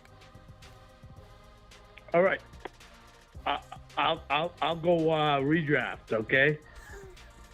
Who comes out first? McCaffrey, okay, right? Go. Okay. Good. All right. Okay. Who's second? CD Lamb, right? Okay. Bam. Okay. You guys are all going chalk, right? Who comes in third? Who do you like? Same old. Who do you like? I hate all of them. No, I love CeeDee. Hey, Denny, can I ask you a question? Denny, can I ask you a true? Finish. Well, hurry up. What I'm trying to say is, it's juiced. It's but then you hate the quarterback that's throwing it to that guy. Oh, man. So that's my take. That's my take. I'm Great, sorry. great I'm take, sorry, Smitty. Denny. Great take. So why? Yeah, okay. Thank you so much. Hold on. Appreciate We got a great take by Denny. Go. Good take. 1 point. Keep going, Denny. Okay. Here I go. Listen. Buckle up. So, CeeDee Lamb's first, and yeah, he's great, and then Deebo Samuel. Oh, we all love him. Yeah. And that's another good take. Drake Ayuk. But you know what? What? Who's throwing them those passes? Right? You with me? Another absolutely sound take by Denny. Unbelievable. The guy's on fire. The guy's on fire, people. He's on fire. I'd like to thank Smitty for being my friend. I'd like to thank all right, Denny. Sidewalks. Denny, cool off a little bit. You're on fire. Cool off. All right, hang tight. Mute yourself, please. Steve, go ahead. You're live. Me. Hey, it's Steve again. So, let me start off. I want to apologize. I don't want you to think I called that first time to think I was just trying to argue with everything. My points. I was just trying to, bring my feedback that I learned into your community, and then everyone could put their own opinion together instead of arguing. Steve, I apologize. I don't mean this to come off as wrong, but I don't remember. So go ahead. Okay. Clean slate, Steve. Yeah, because I was rewatching the videos, and I was just you seemed like we were going back and forth with JD. JD yes. And, you were Kyron. You were anti Kyron, anti JD, anti everything. Okay, yeah, go ahead. Clean slate, Steve. New topic. New topic. You know what I mean? So I don't want you to think I'm arguing. Well, let's see if we argue again. Let's see if we get along. Go ahead. So, well, I don't know where to start from that last caller. He's still on the CeeDee line. Lamb, in my books, is the number one overall pick in mine, which brings to Dak Prescott. I'm a firm believer, people that are playing for contracts. Okay. Dak Prescott's going to ball the hell out. Jerry Jones loves Dak like a son, right? We think so. And there was another point I wanted to bring about Kyron. I know I'm anti-Kyron. He's already dealing with his nagging toe injury. Not a big deal, right? It's only May. But I was listening and reading everything, and there's no guarantees he's even going to start that. Blake might even start that job, right? What? If Wait. Okay, first of all, you're heading back down. Steve, you're heading back down the territory of us arguing again. There's no guarantee that Kyron starts. Hold on. Did you just say? I'm just trying to get straight what you said because I'm not sure what you said. Did you say that there's no guarantee that Kyron starts week 1? Right, with that job, and that's been reported. No, it's not been reported. It's never been reported anywhere. What are you talking about? Steve. They are battling for that. Steve, they're not battling for nothing. What are you talking about? But I'm saying there is a. There's not. Steve, there's zero reports on that. You're making that up, or someone fed you some horse crap conversation. There's zero out there that they're competing for the starting job. What are you talking about? Well, because he's a nagging injury player, right? This is why we argued. I remember now. I remember arguing with this guy constantly. The logic behind it is insane, Steve. You're gonna have to rewatch this one. Call in the next time and apologize and say I'm sorry for sound. I listened to myself back and I was just making up stuff, Smitty. That is the most important handcuff in the entire. Is he the most? Who's been saying that, Steve? You. Yes. Kyron Williams and Blake Corum are a must cuff. Most important handcuff in fantasy. But that doesn't. What you just said is there's already reports out on that Kyren might not even start week 1. That is the biggest lie ever told this entire offseason. Is battling for that starting. No, they're not. back. No, they're not. That's a lie. There's no report on that. You just said there's reports on it. There's no reports on it. You know what you heard? Some podcaster or somebody say it. There's no report on it. Well, yeah, it was on SiriusXM. Yeah. Okay, so somebody had an opinion, and you just said there's reports on it. There's not reports on it, Steve. There's a big difference between actual fact and somebody guessing about what's going to happen because they're a Kyren Williams owner. Oh, okay, or they're a Corum owner. I heard on SiriusXM. You heard a guy speculate that Corum's going to take the job because he has a bunch of Blake Corum shares, is what you did here. There's zero. McVay loves Kyren Williams, bro. He's even said, even up to the end of the season last year, that the team is a completely different team when he's off the field, and that he needs him to be healthy for this season, so that they took him off the field in OTAs as a precaution because he's dragging sleds 100 yards down the field tied to his back and running himself ragged, is what McVay said. He is Kyren Williams. There's no more secure running back in the National Football League than Kyren Williams in his starting job, Steve. You need to reevaluate who you're listening to, because this is the biggest bunch of BS somebody fed you. If you truly believe there's an open competition in LAR. I'm telling you that right now, Steve. Or you're just you've got so many Corum shares. You just love.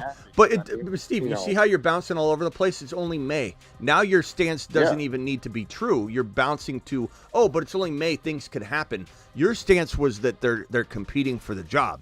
They're not competing for the job. And I don't care if it's only May. Kyren Williams has earned his job, and McVay absolutely loves him. And he's a one running back guy. You think Blake Corum's going to supplant Kyren Williams if they're both healthy? What in the hell are you talking about? Well, I mean, who's to say? But moving on to the next one. My next point, then I'll let the next caller jump in. Yeah. There's another handcuff best. that I think the community would like. Oh, well, let's see what your take is. He's under a contract. He lost weight. The offensive line is greatly improved, if not top 5. It's Najee Harris and Jalen Warren. Well, I mean, Najee Harris is under contract. We talk about it daily. So. Yep. I'm sorry. I said yes. We talk about that daily. Jalen Warren and Najee and Connor and Benson are. And I know you wouldn't like Benson because God forbid. This is a wild take. But Benson and Connor and Najee and Warren are 2 of the cheapest running back ones you can get in all of fantasy football. All right. Hey, Steve, appreciate you. We'll try again the next time. All right, man. Steve's a fellow Phoenix guy. Okay, so Steve from Phoenix. I appreciate you, Steve. Let's try one more time. But you might want to leave the Kyren situation alone because it only just makes it volatile in here for you because you're saying things that aren't true. If you want to say something like, hey, I believe Blake Corum's going to take Kyren's job, there's nothing I can say other than, okay. Like, you go for it, pal. Let us know how it goes. We'll watch from the sideline. We'll cuff both of them together and get top 5 guaranteed running back numbers. The funny part is if Corum does start 2, 3, 4 games and has 100 yards and a touch every game, there will be people that think they have a case to come in and go, I told you. And we're going to go, no, we told you. Because this is the best handcuff and situation in fantasy football. This is the most secure running back one in all of fantasy football, the McVay running back. So you didn't tell nobody. This is the formula that we're pumping out there on the daily. Perps, thank you again for the $20 hauler. Thank you, Rock Out, for the $2 hauler. I've got a couple more super chats, or at least one more that came in, or 2 more that came in. Calvin Krim and Elvis dropping wads on the screen. Calvin Krim said Kyren led the league with 19 plus rushes a game.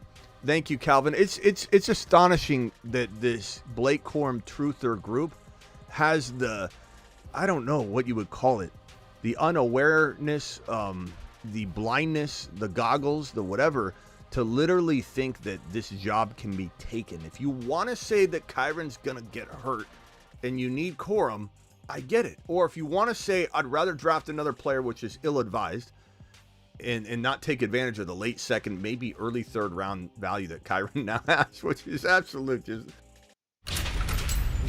It's brilliant. Kyren in round 3 is insane. The fact that you could get Kyren Williams, you could get Jamar Chase in 1, Barkley or HN in 2, Kyren in 3, McBride and Mahomes in 4 and 5, or Mahomes in 4. Unbelievable. Like, you told me I could get that 6 months ago. I'd tell you you're nuts. Elvis, which top 5 NFL teams have the most fantasy-rich players? Falcons, Commanders, Cardinals, etc. Redwood, did I go to Redwood? I think Redwood, I did go to the Wood. I'm not sure if we went to the Wood. Does anybody know if we went to the Wood? Denny, did we go to the Wood? I don't know if we got to the Wood before he fell. The Redwood dropped. Redwood, call back in if I didn't get to you. I may have called on him. I forget if that was his question. But which top 5 team? I'll say, like, you got 2 of them right here. Cardinals, Falcons, Niners. We got a ton of teams that have, tons of value. Even teams like, you could say the Ravens, who have Andrews, Henry, Lamar, Flowers. There's so many. I don't know that there's any one specific team. That the Chiefs are still loaded with talent. There are so many squads. I mean, you just look around the NFL. Detroit Lions got Gibbs. They got Laporta. They got St. Brown, Jameson Williams, and even Goff trickled in there. Dallas Cowboys have Dak and Lamb, and Ferguson's even nice. The Rams have Puka, Kyren. I mean, the thing about it is too many teams have this. It's almost like super teams. This is a very crazy year when you look at it, how many teams have this amount of talent. It's a great question, Elvis, but there's no real answer to that, to be honest. There's just tons of loaded teams. Atkins with a super says, hi, Smitty, ETN or Kyren in Dynasty. I'd take Kyren in a millisecond and then draft Blake Corum. And then you've got it locked down. Kyren in a millisecond. Kyren's a top 10 running back, guaranteed in my mind, if cuffed to Blake Corum.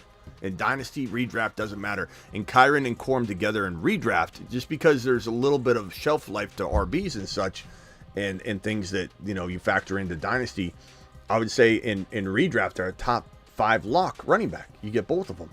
But the anti-Kyren people, they don't know what they're listening to. I don't know what it is. Why somebody would listen to another human being that would say that this is a competition. It's insane to me. Okay, let me go back over to, again, call back in, Redwood, if you want to dial in. Anybody that hung up that didn't want to wait, you can dial back in. Hit me with it, Bob. What do you got, Bob? Going back to the Dallas Cowboys, hopefully people want to hear this. I think they could actually do it, but they'd probably have to trade away somebody on the defensive side, which nobody will want to do that. Go into Devontae Smith or another wide receiver, too, in addition to an RB. They do that, they could probably go all the way. If they don't do that, they're going to still be in this never-ending loophole of we're good, but we're not good enough. And that's unfortunate because Jerry Jones has proven that he never wants to do anything. He did a great move a while back when he traded Herschel Walker for the bank, the most fleece trade ever in the history of the NFL. I think it was Herschel Walker for can I order a medium seconds, pepperoni pizza? If he could manage to pull off that, pick up. He doesn't seem to want to do that. I don't know. They seem to pull in a lot of revenue every year. But if he could do that, I could see him winning it. If not, I don't know. Because, if you also look at the free agents coming up, there's not really that many go-to guys. I know one caller mentioned James Conner, but that dude's 29. Nope, that'll be it. Who's really going to be available? Are you going to go after Derrick Henry when he's up with his 2 or 3 year contract? That's 8. I think he got paid 8.5. All right, he's hey, like 33. So they're really going to have to. Okay, Bob, appreciate it. Take a breath, Bob. I appreciate it. Okay, let me go back over to Denny real quick. Denny, go. You're live. Thanks, Bob.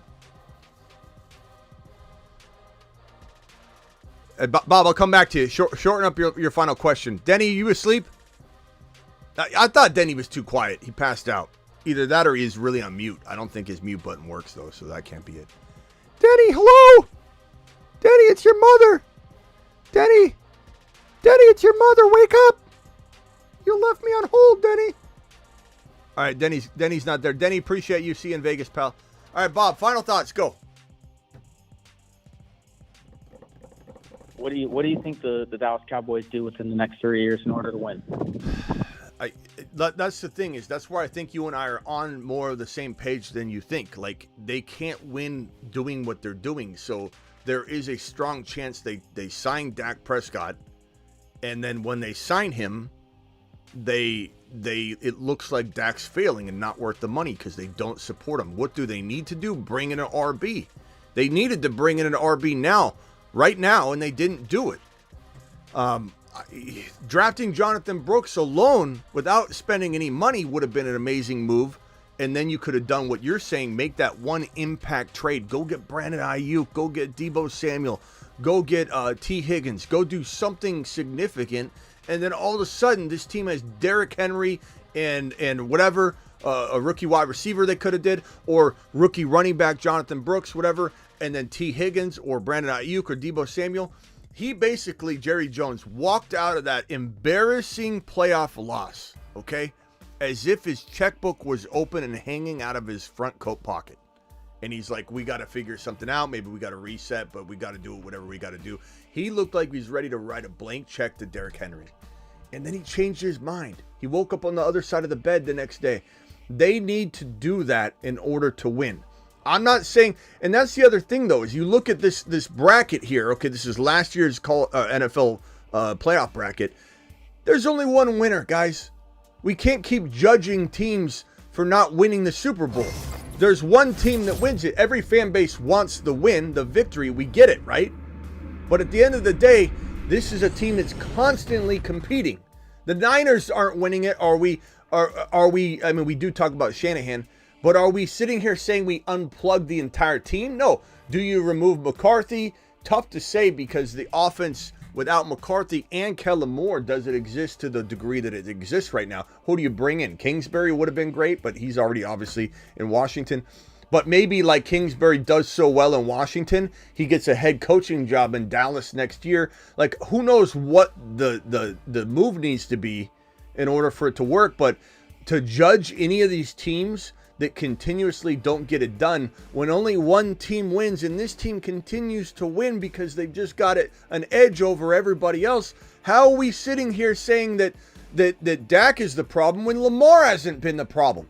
And some people say that, but not to the degree they do Dak. How are we saying that Dak's the problem when no one's saying pull the plug on Jalen Hurts? They're critical of him. Oh, he kind of got figured out. He's not as good as we thought. You hear negative Nancy's and absolutely wrong takes on Hurts, by the way. But no one's saying pull the plug on Hurts. No one's saying pull the plug on Josh Allen. No one's saying pull the plug on Lamar. Like, it's ridiculous to me that Dak isn't believed in more than what he is right now. It's madness to me. All right, Bob, appreciate you. But what do they got to do? They got to make a couple moves, no doubt. We agree on that, but I don't agree that they can get back to the square one that they're at now. There's no way they're getting back here. They've got so much talent, bro. Would square one, would be pulling the plug being get rid of CeeDee Lamb? Or are you saying just get rid of Dak? Or are you saying there's so many different levels to pulling the plug too? Maybe you're pulling the plug is just to get a new quarterback only. That's a whole different conversation. I don't necessarily think that's horrible, but I also don't think to get Dak Prescott is tougher than you think. He's a top 3 to 4 statistical producer in certain years. How are you going to get that again? I mean, maybe I'd say consider shopping Parsons. Well, at the very least. We'll see, bro. All right, later, Bob. I mean, you give him another weapon or two, and it's what is needed to be done. Perps, are you still here again? Thank you for the 20 gifted memberships. You're the man, the myth, the legend. Ray G dropping a 10 watt on screen because he's an absolute monster and gets a moonshot for it. Ray G to the moon. To the moon. Ray G says, man, oh man, I'm really liking this team so far, Smitty. QBs are Stroud. What's he got here? His QBs are Stroud and JD5. His running backs are CMC, Achane, Benson. Wide receivers, London, Dell, Ridley, Hollywood, Coleman, and Goddard. So Stroud, JD5, CMC, Achane, Benson, London, Dell, Ridley. That's a good squad. I like it, Ray G. That's the kind of team that could do some damage. I like it, Ray G. Ray G's going to a finals, maybe go to the final week. I like that. I like that. Keep everybody healthy. Let's do it live. You get Tank Dell to perform. I like it, bro. I like it. Yeah, I mean, Shedeur Sanders-Hector is certainly in the eyes of every team that wants to maybe go in a new quarterback direction. The Las Vegas Raiders want Shedeur, I'm sure. But the problem is the Cowboys are not going to be a team that's going to get that pick naturally. They're going to have a higher draft pick than that, so they've got to trade. And the team that is the worst team in the NFL probably will be, odds are, the team that needs the quarterback. You know? So I think that, like, they're not trading Shedeur Sanders to the Dallas Cowboys. You never know. Maybe the worst team in the NFL ends up having their quarterback. Maybe it's the Carolina Panthers. Maybe it's a team that believes in their QB. Not saying the Panthers can't, turn heads this year to a degree. Not saying they make the playoffs yet, but on the rise. But let's say they crumbled a little bit, or they had a bad year. But the team that fails, the Giants, they need a quarterback.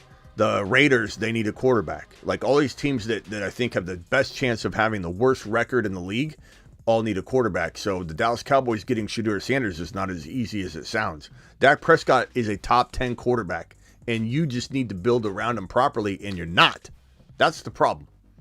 But Dak has all of the leverage because Dak is getting paid $55 million in 2024. Dak Prescott has a no franchise tag clause, and he has a no trade clause. So he's going to literally get $50 million a year on the backside of this 1-year deal that he's on. He's going to get $50+ million a year. What's he waiting for? No trade clause, no franchise tag clause. He's sitting pretty this year. He plays on $55 million. Why would he want to go, force a bad deal? He's not going to take a bad deal when he could get $50+ million a year next year on a fresh new 4 or 5, 6 year deal and still get $55 million this year. What's he going to do? Take a pay cut to sign a big, huge contract? He's getting $55 million. The leverage is all in Dak's court. But Dak does want, I believe, to play there. It's about Jerry making the right and proper offer.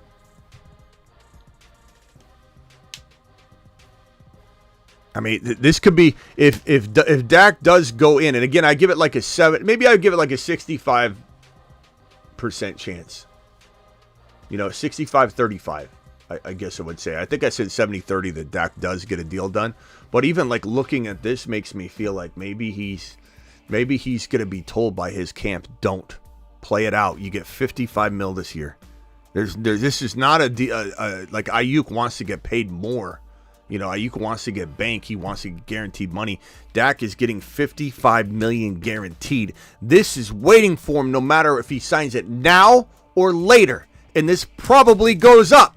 His $50+ million a year times X number of years to guaranteed money. All of it is probably more next offseason than it is right now. So Dak, maybe I even go 50. Maybe I've dialed myself back to 50-50. I have a feeling that Jerry's going to change his mind 70-30, I guess is what I'm saying. Whether Dak accepts it or not, it's a whole different ballgame. All right, dial into the show. One or two more phone callers. Call into the show. Call into the show.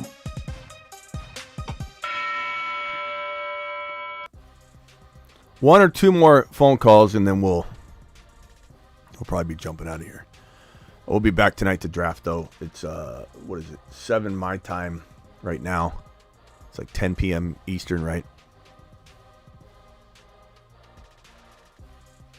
We got Navage dialing in. What is going on, Navage? Hang tight, Navage. 1 second, Navage. 306 caller, what is your name, and where are you calling from, 306 caller? 306 caller, what's your name and where are you calling from? Hello? Okay, bye-bye. Navage, you're live. What's up? Hey, man, how's it going? What's going on? Hey, I was just curious how important cuffing Monty to Gibbs is in Dynasty. Like, is it, obviously, if Gibbs goes down, he'll be obviously the starter, but is it Is his production good enough to keep him as a cuff, or if I can get like some picks or something for him, is it worth doing that? I'd rather have it than not if you can win cash money this year because it gives you nice security. But like, I mean, if I let's say, and it doesn't sound like this is the case for you, but if I had Gibbs and no Monty, and someone's like dangling Monty in front of me, I'd really literally be like, how much is he? If he's costing me really anything, I don't want it. But to get rid of it, I mean, look, you could get like a top of round 2 pick or something that would be different, because you could land some pretty awesome players right there. I mean, look at the players but like if it's like a 4th rounder, like who cares? Just keep Monty until the wheels fall off. It's good security, especially if you can win cash money this year. Just keep him. Right. I was thinking about trying to send him in a 3rd rounder for next year for like the 201. I don't know if it'll go or not, but just curious. Yeah, I mean, I'd be okay with a 2nd rounder, sure. But okay. Monty, if you can win cash money and you don't necessarily need it, I definitely go the Monty route of retaining him. Okay. That's pretty much all I had, man. All right, bro. Call back if you got another one later, bro. Appreciate it. 306 caller, where are you calling from and what is your name? My name is Penny Feather. I'm from Saskatchewan. What Kenny? Penny Feather. Penny Feather. Okay. What's up, Penny? Yeah. What's up, Penny Feather? You remember me? Not really. No, but you remember my name, though. Kind of. Yeah, okay. Kind of. Oh, my question, sorry, I have a dynasty question. I have the 202. Yeah. And I'm kind of debating. I could use both a running back and receiver. But if both Keon Coleman and Trey Benson are available, who do you think I should go? Keon Coleman or Trey? I like both of them a lot. Yeah, and I'm honestly slightly leaning towards Trey Benson because I really do need a running back. But bro, Benson's like my top 6 overall players.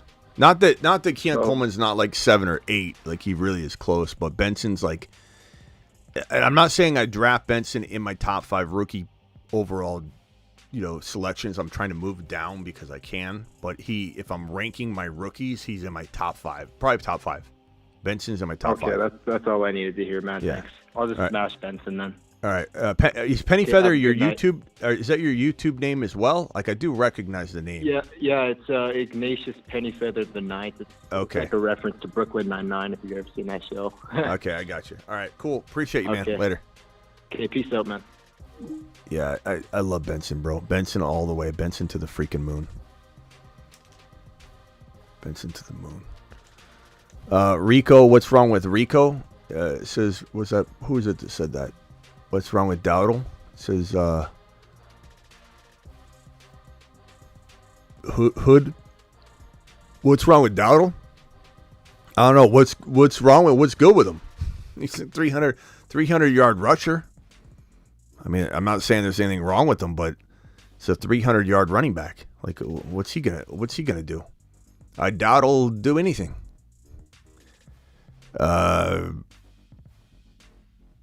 As a Raiders fan, we always get hyped up about QBs, then do our research. Yeah, well, you haven't done anything about your QB department, though, Frank. I mean, you should have went after. You should have traded. The Raiders screwed up big time in the draft, not trading up for Penix Jr. I mean, I only was sounding the alarm all offseason on Penix Jr. It's despicable that the Raiders didn't trade up and draft him extremely high. Because guess what? He's a top 10 pick, and he deserved to be, and I said he would be, and he was. Chris from Vegas, 3-month membership. Bryce to Leggett looking good in OTAs. Leggett's going to be great for Bryce Young, bro. Probably one of the best receivers that could have landed there outside of the big 3, just because his catch radius, his ability to let Bryce Young become more accurate, but not need to be all that accurate yet. And I'm not saying he's inaccurate, but as he's getting used to still reading defenses and throwing the ball over, he's over there somewhere. F it.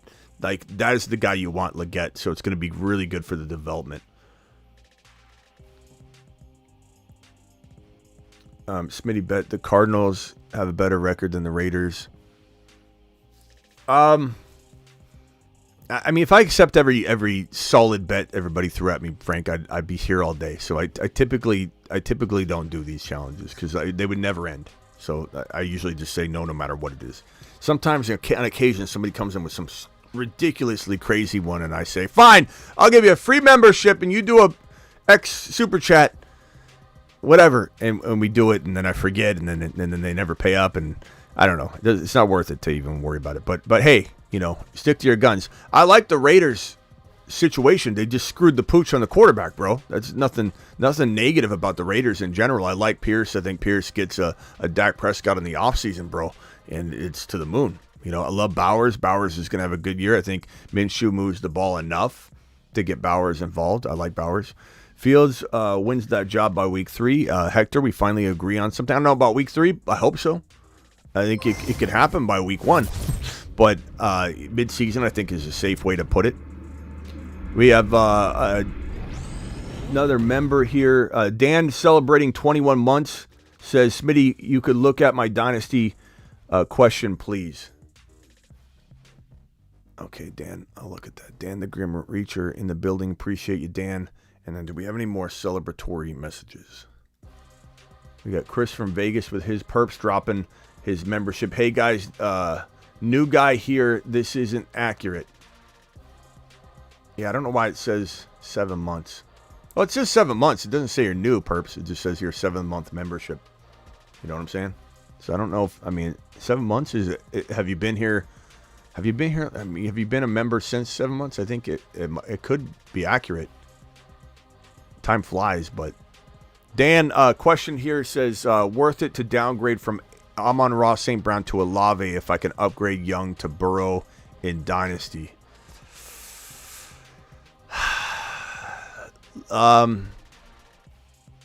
Chat, what do you think of that? Would you trade Amon-Ra down to Olave to upgrade Young into Burrow? Can I get the chat to vote on that one? I know that Chris from Vegas is going to say he'd rather have Amon-Ra and Young, but curious what the chat feels on that one. That's a tough one. It's a really tough one. I would probably say give me Burrow and Olave, but that's because I love Olave still. I think he's just in a bad spot, but damn, that's really tough. St. Brown's the man. Bryce Young becomes like anything close to a top 10 quarterback eventually, and he could, then it's impressive, but I think Burrow is just safer to me, especially if it's super flex. Yeah. Especially if it's super flex. Keep Amon-Ra. There's got to be another way, says Superfish. Robert says without hesitation, Burrow, Olave. We got some no's, some yeses. Some people are all over the place. Would keep Amon-Ra, says Brandon. So there's these answers are all over the place, which means that you're not right or wrong. Olave, Burrow, says Robert. Keep Burrow, says Allen. He doesn't have Burrow. He's going to go get Burrow. So yes, your vote obviously is to go get Burrow. Keep Amon-Ra, says Matto. All over the map. I'm going to say give me Olave and Burrow.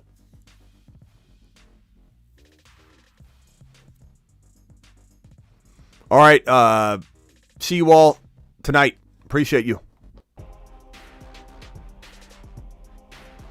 We'll be drafting tonight on Underdog Fantasy. Promo code Smitty.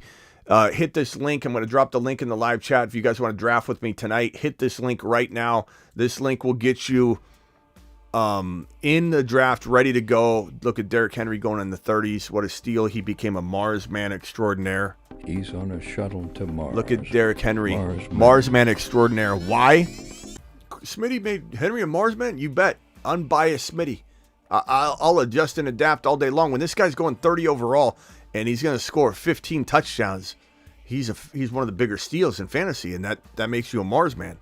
My pizza almost ready? My pizza's almost ready. I got to get out of here. But anyway, here's the link one more time. Link's in the description of each video in case you're watching the replay or you need the link later. That link I just dropped one more time. We'll be drafting tonight. That link will get you in. Download Underdog. Use code Smitty. Code Smitty will get you 50% your first deposit all the way up to $250. You deposit the minimum of 10, they'll give you $5. You deposit 20, they'll give you 10. You deposit 100, they'll give you 50. You deposit 500, they'll give you 250, all the way up to that 250 mark. So, appreciate you all. See you tonight. Thank you to my super chatters. Thank you to my gifted members. Memberships. We had perps dropping that 20 gifted memberships. Absolute monster. celebratory messages. We had Dan, we had Vegas, and Perps dropping those. And then our super chatters tonight, That Boy, Rock Out, Calvin Krim, Elvis, we had Atkins, we had Ray G, we had a few others. Appreciate you all dropping your super chats, dropping your support. I'll see you all tonight. Underdog Fantasy promo code Smitty, link in description, link in the live chat. I'll drop the link one more time. There it is. Join me tonight drafting, and again, get that 50% match on your first deposit all the way up to $250. See you all tonight. Thank you to my mod squad out in the building. Travis, good wishes for Travis. Drop an eggplant emoji, fire emoji, handshake emoji, whatever for Travis with his knee. And we'll see you all later. Perps, thanks again, pal.